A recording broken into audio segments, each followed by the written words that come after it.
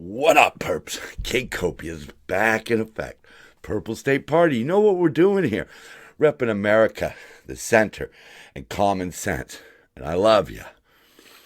If you're tired of those kind of people, those kind of fellow workers who find busy work, to get out of the hard work, well, then this one is for you.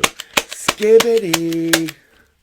All right. Hey, I hope you all had a good week. Mine was a little bit tough. Mine came with a little bit of sadness as I just kind of saw people around me struggling. If you can make a difference in somebody's life, even a small amount, the feeling you get is worth the effort. I don't know how else to say it, I was really touched that somebody that I work with, felt a little bit of inspiration from me and, took his daughter to a concert. He hadn't really done much with his daughter, and he always heard about all the concerts I go to with my daughter. I hang out with my daughter and her fiance all the time. We play video games. We watch stupid YouTube videos. We watch a lot of Brooklyn Nine-Nine, Umbrella Academy and stuff like that. You can make that little difference in somebody's life, man. That's what it's all about, man. That's all I'm trying to do here. I'm not trying to shill for one political party. I'm trying to, bring forth some intelligence out of people so that these politicians can't run scams on us. But, let's get going here. Iran is trying to assassinate Donald Trump. I don't necessarily say that the last two assassination attempts were, facilitated by Iran. We haven't found any links like that, but they are, This one, I try to feature as many different people and sources as I can. This came from Gary Varve there. It's a little bit hard, these sunglasses. Varvel. As part of your added security, the DOJ wants you to use a pager. Political humor, political cartoonists, man. I fucking love them, okay? Bronco, Babylon Bee. I love it when people can skewer politics and make you laugh. That's kind of funny. But, one of the reasons why they're going after Trump is that, Iran, bad guys break promises, right? Trump didn't give Iran shit, okay? People got on Trump about getting out of the deal we had with Iran where we allowed them to sell oil and they didn't build a bomb. Well, they were still building a bomb, so Trump said, F you. Take that stuff and start stepping. Biden gave him cash and they funded Hamas, Hezbollah, the Houthis. You hear all these names, the Triple H of evil bastards, Hamas, Hezbollah, Houthis. They're getting their money from Iran, who got cash from Biden. Okay, you can contextualize, it's held in these accounts. Bullshit. Biden gave them more cash and they still built the bomb. The problem is we can't, as much as I wish we could isolate, okay, we can't. But we need to step up our presence in the world. We need to start squashing these things when they're at a level 1, not waiting until it's at a level 10 to get involved. And that's one of the problems I have with Democrats. They have this. They believe in the power of negotiation. They think if you give a bad guy what he wants, he won't do what you don't want him to do. And that's just simply not the way it works. It's a simple adage. You can turn over your ATM card to a gun-wielding maniac, give him your PIN code, and he can still shoot you. And that's just the simple reality of evil bastards. But anyhow, a little more on Trump here. These were bombshell transcripts from some hearings that were going on. Trump urged use of troops to protect Capitol, but was rebuffed. He gave clear instructions to the Pentagon days before January 6th to do whatever it takes to keep the U.S. Capitol safe, including deploying National Guard and active duty troops. But top officials did not comply because of political concerns. And this came from acting guy in charge, Milley, and he said that, we've got a plan and we've got it covered, and that's about it. That's what the Defense Secretary Christopher Miller said. We've got a plan. We got it covered. And so they didn't do much. They didn't have the people, in other words, they didn't take care of the problem when it was a level 1. They waited until it was a level 10. Then they politicized it. And they tried to bring it up like it was a fucking insurrection. It wasn't an insurrection, folks. Trump's opposition, Kamala Harris here, meanwhile back in the basement, they're letting me out to read the teleprompter today. You go, girl. And she's got her little word salad right there. I took a week off talking about her, but I despise Kamala Harris. I despise the way she got to where she is. I do not think it sets a good example for anyone. I would not want my little girl to be looking up at her. The only thing that Kamala Harris brings to the presidency is that she is a woman, a black woman of mixed Indian descent or whatever it is. But she's got a checkered past. Her family has a checkered past. She never got any votes to be the nominee. Oh, you could talk about, the delegates all agreed. No, the delegates fell in line with Nancy Pelosi and the other hierarchy, the Obamas and people like that, the hierarchy of the Democrat Party. This is a decision that was forced upon us. I might not be the biggest fan of Trump, but if Republicans around the country went through a primary and said, we want Trump, okay, well, at least somebody picked him. Harris was thrust upon us. And she's a liar. If you like your gun rights, you can keep your gun rights. She's got her buyback program because it doesn't really matter what she thinks. She is beholden to the lefties, the leftists, the far left, the extremists from the Democrat Party. It's the bottom line. One of the biggest failures we have right now, talking about these level 1 problems, is this illustration here by Bronco. This military veteran's on waiting list. So he walks across the border, comes back across. Hi, I'm an illegal alien. I want to see a fucking doctor. That's the society that we are crafting. That's the way it works. You could fact check me all you want, but that's the way it works.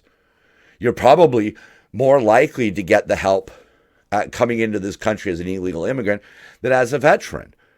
They prioritize illegal migrant housing over veteran housing. So why not? We don't take care of our veterans. Come on. That's a marker. That's one of those things that you look at and you go, okay, if you are a great nation, then you have to do, 1 through 10 here. And we're not doing that. We're not taking care of the people who are working hard. People who I work with, sometimes on the daily, sometimes, unfortunately, I don't get to see some people a month at a time, and then I hear what they're going through. And I think, man, you're prioritizing the crackheads. You're prioritizing the illegal migrants. You're prioritizing the migrants who were made slightly legal by a parole program, and criminals, and the 1 or 2 minority groups that, especially here in California, the left has deemed, worthy of help. You know who's worthy of help? The people who are trying hard. The people who do the hard work. The people who detest busy work. That's going to be the theme. So we get out of this bombshell. Eric Adams becomes first sitting New York City mayor indicted in historic federal probe. He claims he's being persecuted over migrant crisis, but that's not the case. He likes to say that. He likes to say, hey, I stood up to the Democrats and I said, this is a bad idea. Where were you before all these frickers coming across the border? Before they entered our country on federally funded fucking flights. Where were you? You were up there. You were one of those people who said, we'll take your huddled masses. And then when the huddled masses showed up, you went, oh shit, that's a lot of them. But he will be forced to surrender early this coming week. I don't like this guy at all. I think this is fucking hilarious. New York Post, the New York Times probably covered this up, probably contextualized it, probably tried to explain it away. They want to make it out like it's, his chief fundraiser. That girl right there, she's the one who's going to jail. But what it's coming down to is illegally funneled money into his mayoral campaign in exchange for approval of the Turkish consulate in Manhattan. We give you money, you give us favor. It's one of those, that whole quid pro quo and all that. And, there have been sweeping raids across, his administration officials, which has sent City Hall into a weeks-long tailspin as news reports emerge of investigations focused on alleged corruption by the mayor's inner circle. It wasn't just Turkey. I believe Iran was involved, and I want to say Greece. I don't know why I want to say that. Well, let's just say it, Greece. But as you can see, one of his aides, Winnie Greco, was raided. His another one of his top aides, Sheena Wright and Phil Banks. The NYPD commissioner, Edward Cabin, and other close Adams allies have been raided under a federal probe. And you know why we haven't heard about this? Is because when the left does it, what they want is they want the story out there. So they would rather say, Donald Trump committed murder. And then, yeah, of course he hasn't. So it all falls apart. But at least you got that out there. But when you're serious, when you're doing the serious work, the hard work, you keep it close to your vest. You don't warn the bad guys that you're closing in. And then, pow, you get them. And that's what happened here. Eric Adams declares New York a sanctuary city for mayors facing federal criminal charges. Yeah, that about sums it up, doesn't it? Yeah, let's get into some of that busy work that I was talking about here. This comes from The Guardian. Clothes piling up in your closet? A landmark California bill will mandate brands recycle them. Oh, that's kind of intriguing. Let's say you bought a pair of new jeans and you wore them for a few years. You could, if you wanted to, try to sell them or swap them or donate them to a local thrift store. That's what I do. I mean, other than the clothing that nobody's going to want, I donate to savers all the time. It's just what I do when I'm out of them. I keep my shit for a long time, but especially my daughter and my wife, we donate books. When we clean out, we very rarely throw things away. We donate them. But either way, as the article says, the onus is on you to pass those jeans on and hope for the best. But a new California bill that tackles the growing problem of fashion and textile waste could change the way we get rid of our clothes, putting the burden on clothing producers to implement a system for recycling the wares they sell. So there's not even a way to do it right now. If passed, Californians will be able to bring unwanted and even damaged apparel and household textiles to thrift stores, charities, and other accessible collection sites throughout the state for sorting and recycling. This first-in-the-nation bill, known as the Responsible Textile Recovery Act, requires producers of apparel, towels, bedding, and upholstery to implement and fund a statewide reuse, repair, and recycling program for their products. You know what? That, just so you know, if you didn't catch all that, basically, the people who make these things are going to pay for a new bureaucracy. So California could go, look at these jobs we created. We've got people sorting old clothes. But the thing is that most people are already not going to the thrift store. The majority of people just throw old clothes in the trash can. So they want to recover it, which does sound, okay, maybe, if it could be reused, I don't know how you would reuse it. But of course, it's supported by environmental organizations, right? Sure, IKEA, Goodwill. Goodwill loves it because Goodwill could probably pick through it and then sell it. But they want it to help the industry transition to a sustainable and circular economy, which could unlock new environmentally beneficial production and consumption opportunities and create more than 1,000 green jobs. Maybe. I don't know what the problem. I understand that clothes, like all trash, break down into methane and shit that we don't really want. But if they were really serious about that, why don't we just put it in our blue bin? Huh? If you want to recycle clothes, and people are not going to go and drive somewhere to put their clothes in a separate recycling bin. Throw it in the blue bin. Fine. You want to do that? But the estimates, say that looking at France and other places that have implemented this dumbass shit, it adds about 10 cents to every garment, towel, blah, blah, blah, blah, blah. Which, of course, for a person like Sam Elliott or some of these politicians, not a big deal. But if all of our clothes go up by a dime, that increases our clothing budget. They like to do that. That's the contextualization. Oh, it's only a dime an outfit. Yeah, 50 or 60 cents for every outfit. That adds up. Okay? Every penny helps. Isn't that what they say? Anything you could save. But what a ridiculous way of doing it. Nobody takes them to the thrift store, so put a box at the thrift store for recycling.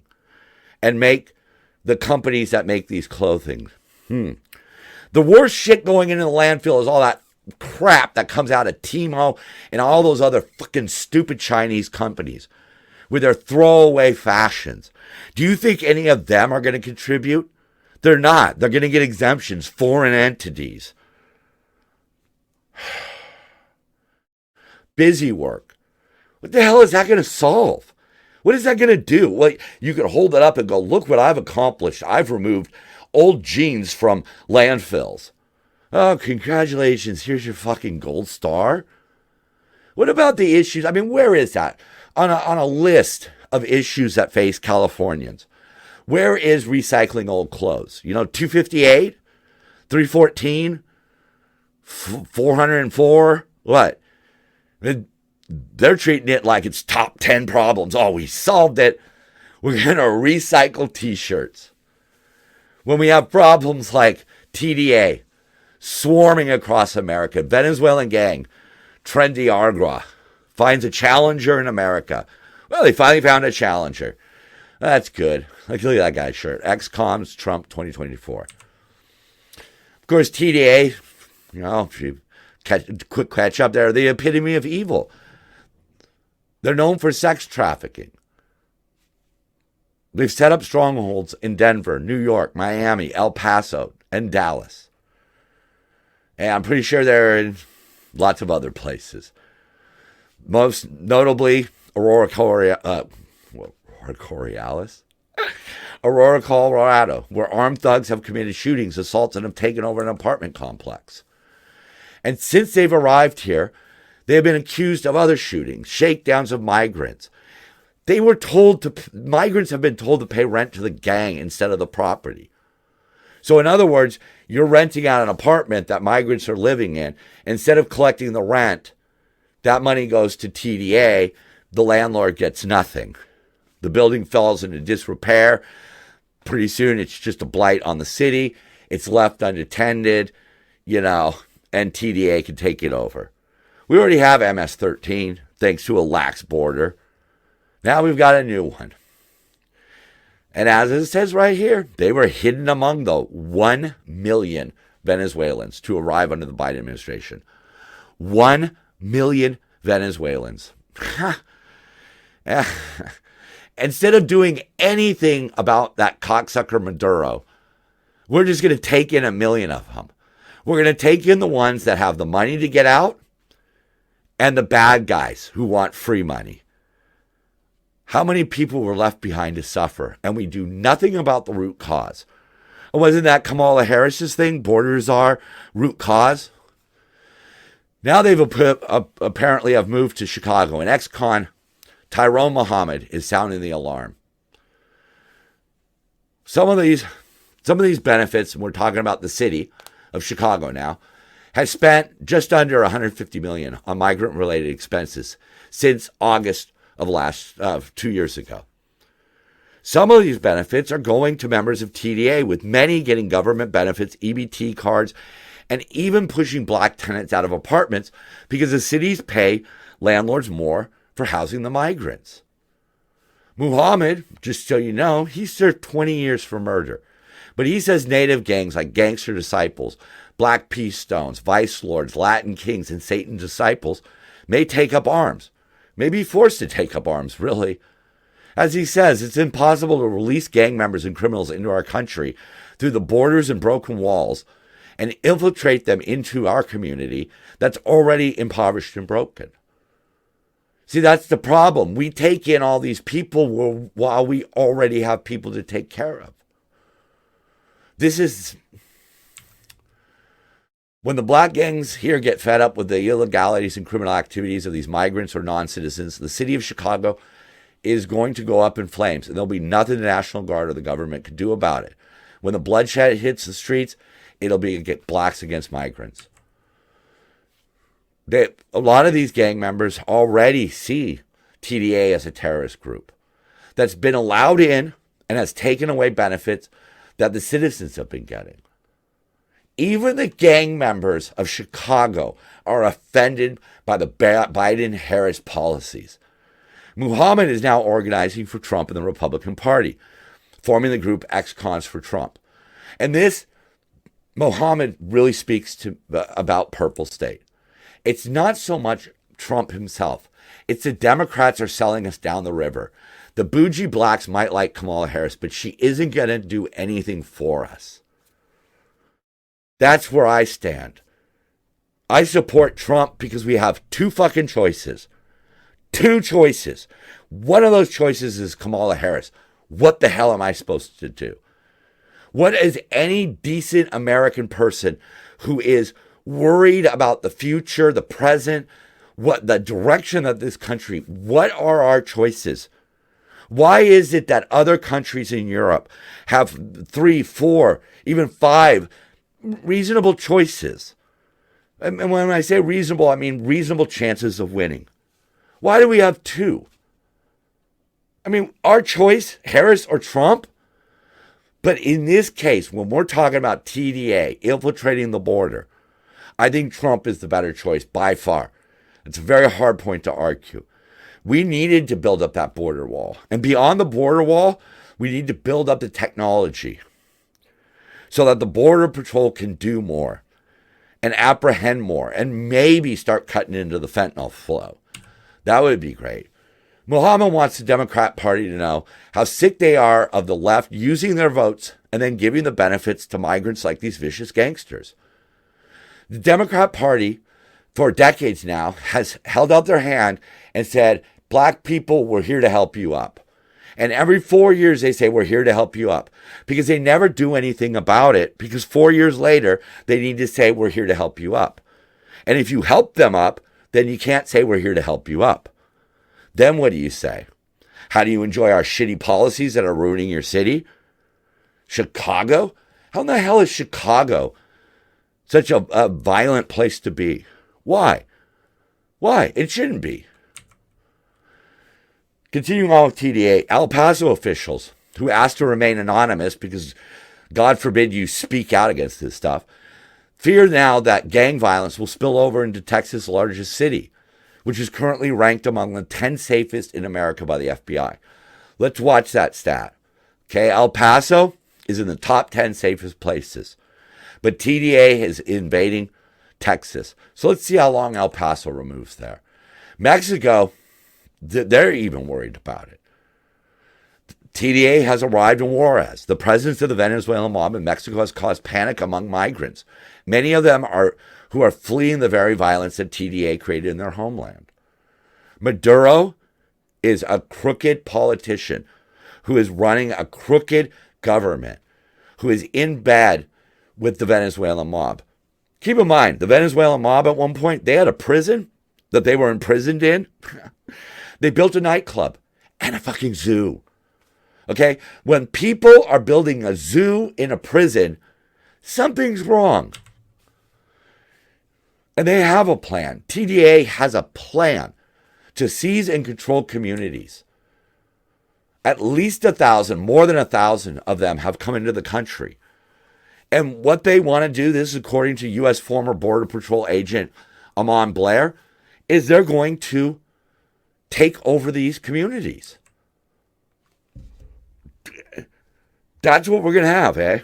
No, good plan. Great society we're crafting there. All right, some more busy work. So, California Attorney General Rob Bonta is going to sue ExxonMobil because they lied about how recyclable things were or how the recycling programs were going to work. Never mind that they have invested and invented many solutions for recycling.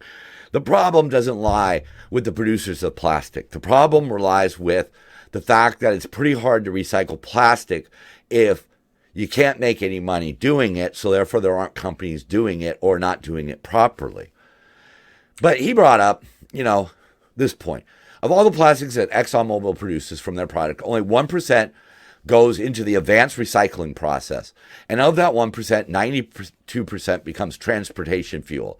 So the other 90%, 99% of what ExxonMobil produces and what the world produces, advanced recycling doesn't touch. He said this on an CNBC show.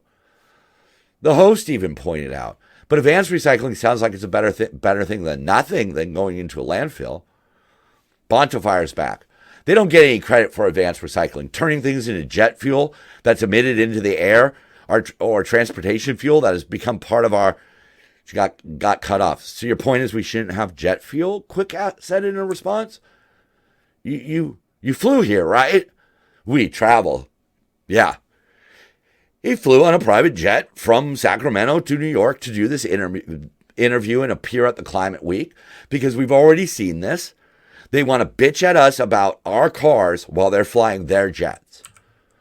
But again, why are you suing the producers of plastic instead of trying to fix a broken recycling program?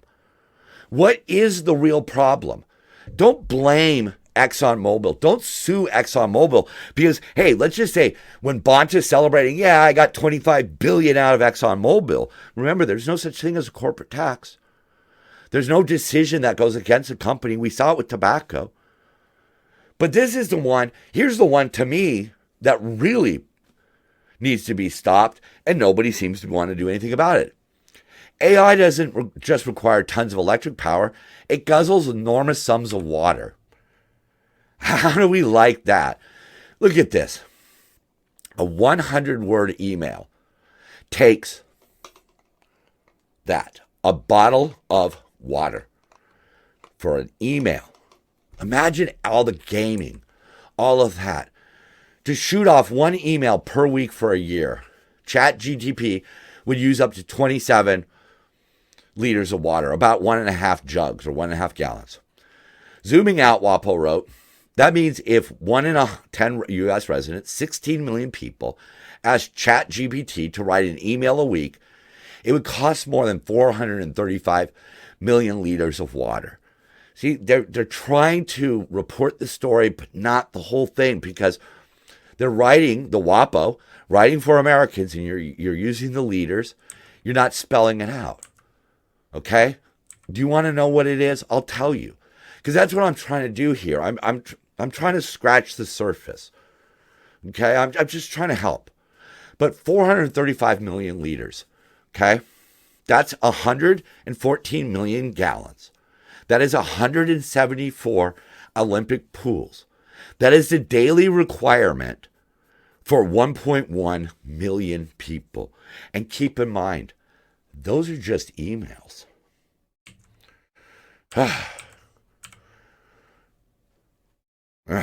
Busy work again. Prop 6 would end modern-day slavery.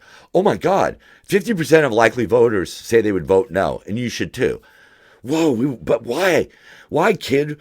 Why would you vote against ending modern-day slavery? Well, it's involuntary servitude.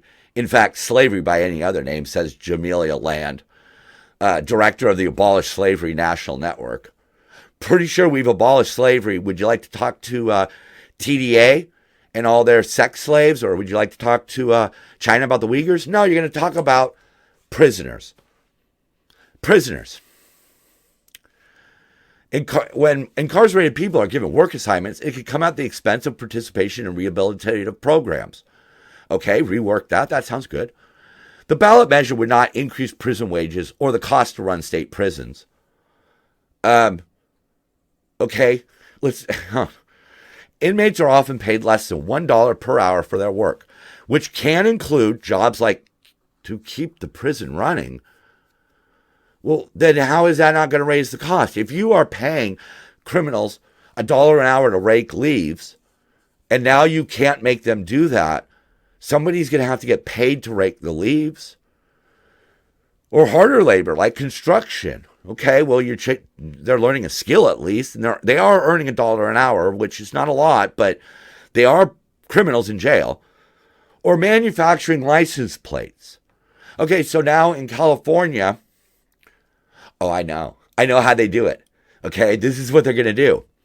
They're going to ban labor in California prisons, but get the license plates made by prisoners in Texas. Ding. That's how they do it. Our prisoners won't be allowed to work, so we'll have to outsource that. That's great.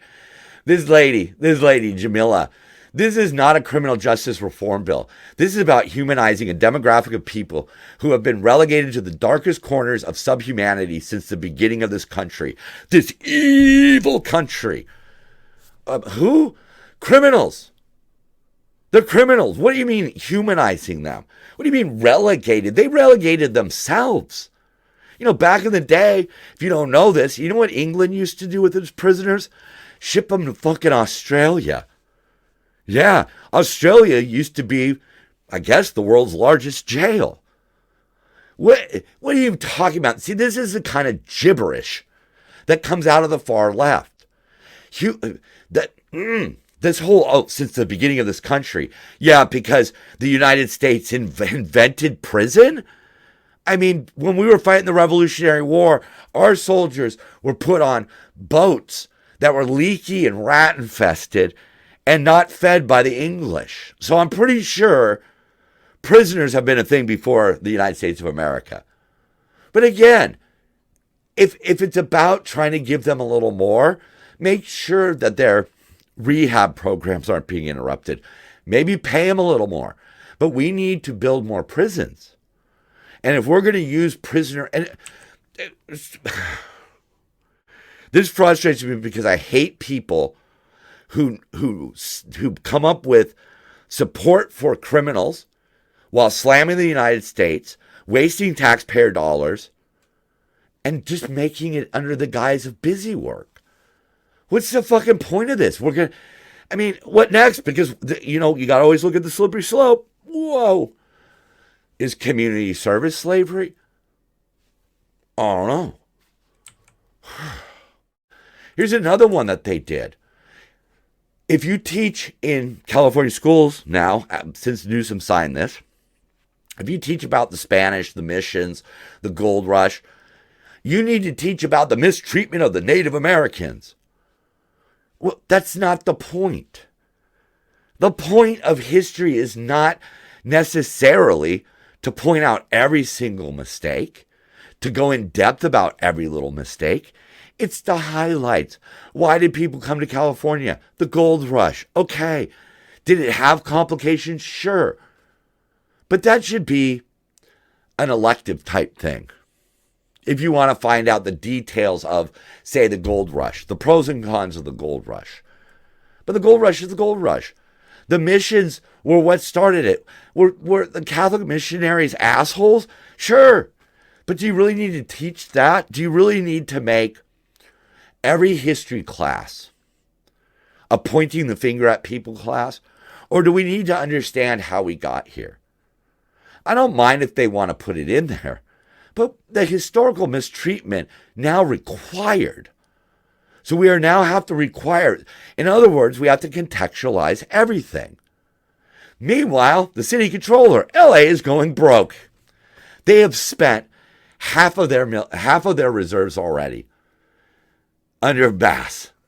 $476 million deficit. But, of course, these people being Democrats, and they're concerned with rising crime. However, concerns with rising crime also led to an increase in the police budget, a funding expansion Mejia has strongly opposed. Okay. So the city's going broke, and his thing is less money for the cops because it costs too much. Just 1 year ago, all right, we had in LA City $648 million in reserves.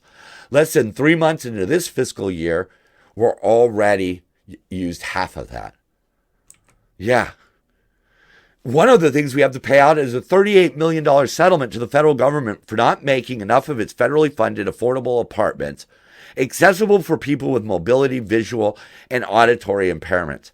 Because they were too busy putting drug addicts and crazy people into these apartments instead of putting them where they need to belong, which is institutions and jails.